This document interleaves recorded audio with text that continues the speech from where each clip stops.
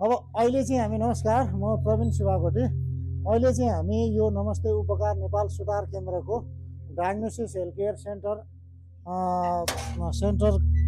नजिकै हाम्रो चाहिँ यो चाहिँ पहिलो बिल्डिङ यो नमस्ते उपकार नेपाल सुधार केन्द्रको चाहिँ हामी अहिले फर्स्ट बिल्डिङमा आइसकेका छौँ।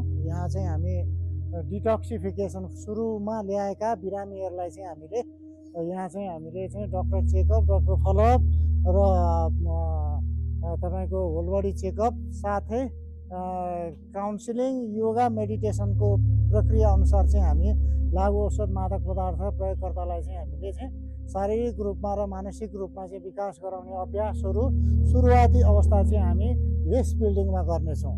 दर्शकवृन्द, अब यहाँहरूलाई मैले भन्नुपर्दाखेरि हाम्रो चाहिँ लागु औषध मादक पदार्थ उपचार केन्द्रको चाहिँ 3टा बिल्डिङमा हामीले काम गरिराखेका छौँ।